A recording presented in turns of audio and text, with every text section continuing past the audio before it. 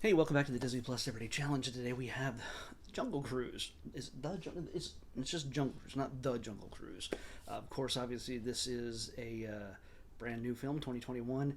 Came out today. I'm technically recording this the night before because I always do this thing right after I see it. And of course, I saw it Thursday night, the technical premiere night for all the nerds who have to go see it the first chance they get.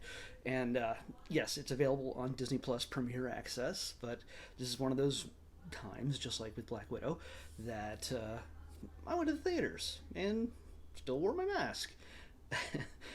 This movie, 2021, it is 2 hours and 9 minutes long, and it's a big adventure with Dwayne Johnson. I keep wanting to say The Rock. I don't know if we're supposed to say The Rock anymore, but Dwayne Johnson, Emily Blunt, Paul Giamatti's in this. Who else? Oh, Jesse Plemons. You might recognize him from his time on Breaking Bad for a while. Yeah. Let's see. Veronica Falcone, Edgar Ramirez, Jack Whitehall. It's a good cast. It's a good cast, but we're mostly focused on these two right here. You know, they're the adventure duo here. When you first see this movie, obviously, when you've seen the trailers, you've probably realized that this is reminiscent of so many different films. It has the DNA of so many films that have come before it. Romancing the Stone, Indiana Jones, Raiders of the Lost Ark kind of thing. The Mummy, even African Queen, and of course Pirates of the Caribbean, another Disneyland ride. Disney World also, but they all both started in Disneyland here in Anaheim, California. So yeah, this is another one of Disney's uh, excursions and making one more of their movies into a ride. And surprisingly, I don't think they've done it before. I mean, there's been multiple haunted mansions, hasn't there? At least the one with Eddie Murphy. There's always been one in the works. Guillermo del Toro was involved with it for a while, not anymore. Of course, there's a billion, not a billion, but a lot of Pirates of the Caribbean movies. I wondered if there might be some bit of a crossover. There might be Easter eggs. I didn't catch them. I'll be on the intentional and unintentional homages to the rides that are next to the Jungle Cruise in Disneyland. Jungle Cruise, Indiana Jones, Pirates of the Caribbean. That's pretty much how they stack out. And then Haunted Mansion.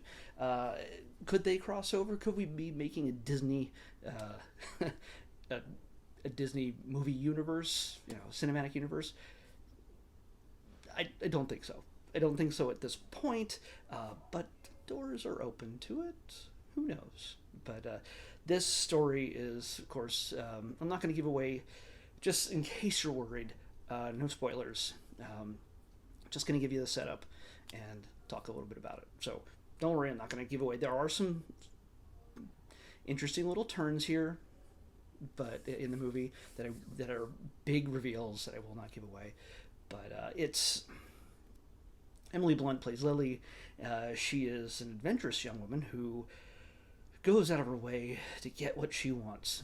She is headstrong, and she is everything a woman in the early 1900s isn't supposed to be. One of the running jokes in this is that she's wearing pants. Why are you wearing pants? You're a woman. Why would we accept you into our scientific community association? You're a woman. And yeah, there's a little bit of an identity politics going on here, but it's mostly played off as humor. As we all know, it's, being a woman doesn't mean that you're incapable of doing any of these things. It takes place in 1916, 2 years into the Great War, World War One, as it eventually became called once we got a sequel to it. But yeah, it's her trying to find something that will change medicine, that will change the way we heal people all over the world. And she risks everything, along with her brother in tow, who is very, very particular about things. He's the more he's less rough and tumble than his sister. He packs way too many bags. He's all about fashion, and he's just a little bit more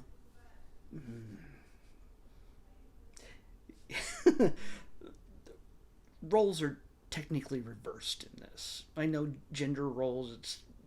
It's not a it's a big controversial thing now, but she is traditionally playing the masculine role, and he's playing the more feminine role. I know that's not going to get into that. So, and there's nothing wrong with it. It works beautifully. They both play their parts wonderfully, and of course they meet up with Frank eventually, who takes them on the Jungle Cruise down the Amazon into an area that no other people have really ever been to.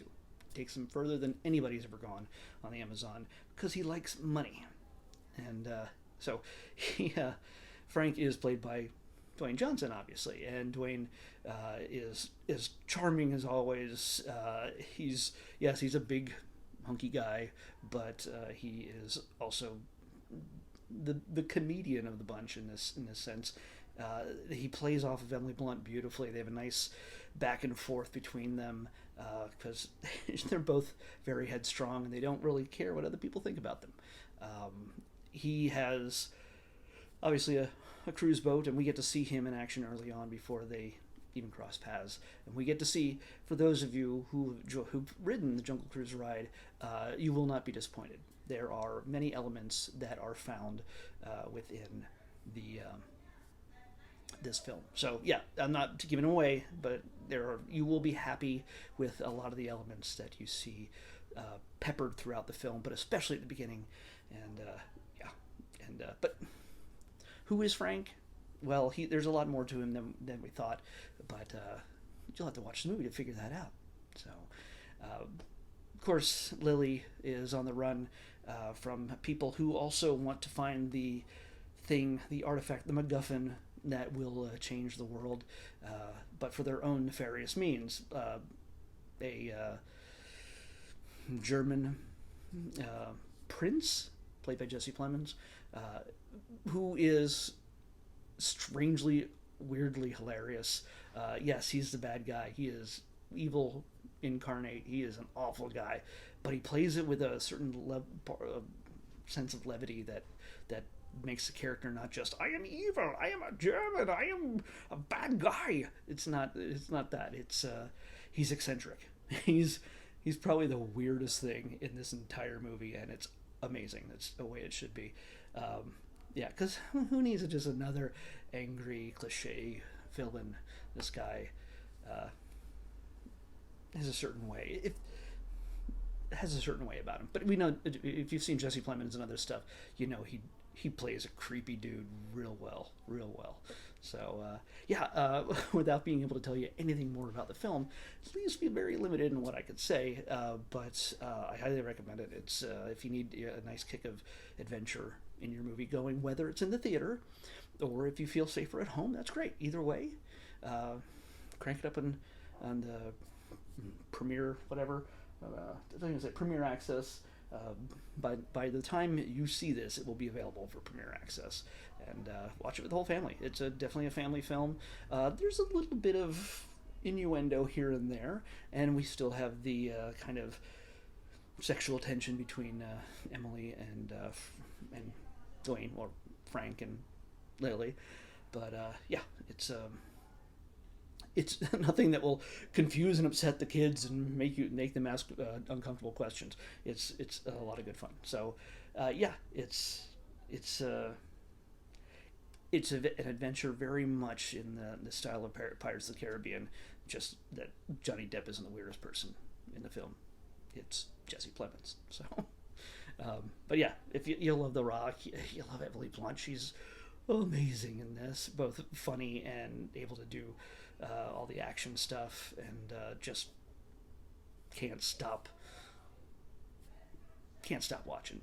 Can't take your eyes off of her when she's on the screen. So yeah, between all of them, you got a great movie. It's the ingredients for a great movie. So one thing I do need to tell you, it's not a spoiler, but there is no after credit scene that I could see. I jumped out, used the bathroom real quick while the credits were rolling up, and I jumped back in, and I stayed at the very end, and there was nothing that I could find. So yeah, so you don't have to worry about it after the main credits are over, you can hop on out, or give tribute by sticking around and saying thank you to everybody who worked on this film during a pandemic over the last year and a half. So, yeah, this might be one of the last big releases, I think, from Disney. That's where they're doing it, Disney Plus and in the theaters at the same time, because Black Widow problems are already popping up. They were not happy. Scarlett Johansson and her people were not happy. But so this might be the last of these dual releases, hopefully, unless things get worse with the pandemic. Get vaccinated. You're just making this longer, which sucks. Yeah, that's my political stance. Sorry. It's not political. It's a health stance. If you think it's political, then screw you. Oh, man. Controversial. It shouldn't be. Protect yourself and others. Let's pick tomorrow's episode. 486. 486. Wow, we're sticking with the 480s a lot. What was that? What did we have recently? Oh yeah, we had 487 the other day, and that was Squanto. But we're getting the one just before it, which I mentioned on that episode when it was selected for us. And again, we're just like 2 away from Star Wars stuff. We keep missing the Star Wars stuff. But this little list is not tied to the randomizer at all. It doesn't know where everything is, so hey, I have no control over it. But we're going to watch a classic that I grew up with. Hold on a second. Let me see if I have it here. Come on, where are you? Did not expect this to happen. And, I'm not on screen now, which is really, really important. Come on, where are you? Oh, come on. This is... I'll be right back. Hold on a second. Come on. Where are you? Huh? No. I know I have it here. Oh, there it is. Dork. Splash. On VHS. Yeah. It's weird that I'd had that close by and accessible, but still took me 40 minutes to find it. But yes, we're going to watch Splash. So, Splash with Daryl Hannah and Tom Hanks. Early films for both of them. So, that's what we're going to do. We're going to come back tomorrow. We're not watching on VHS. We're watching it, yes, VHS. We're not going to watch it on VHS. We're going to watch it on Disney Plus for the Disney Plus Everyday Challenge. I'll see you back here tomorrow.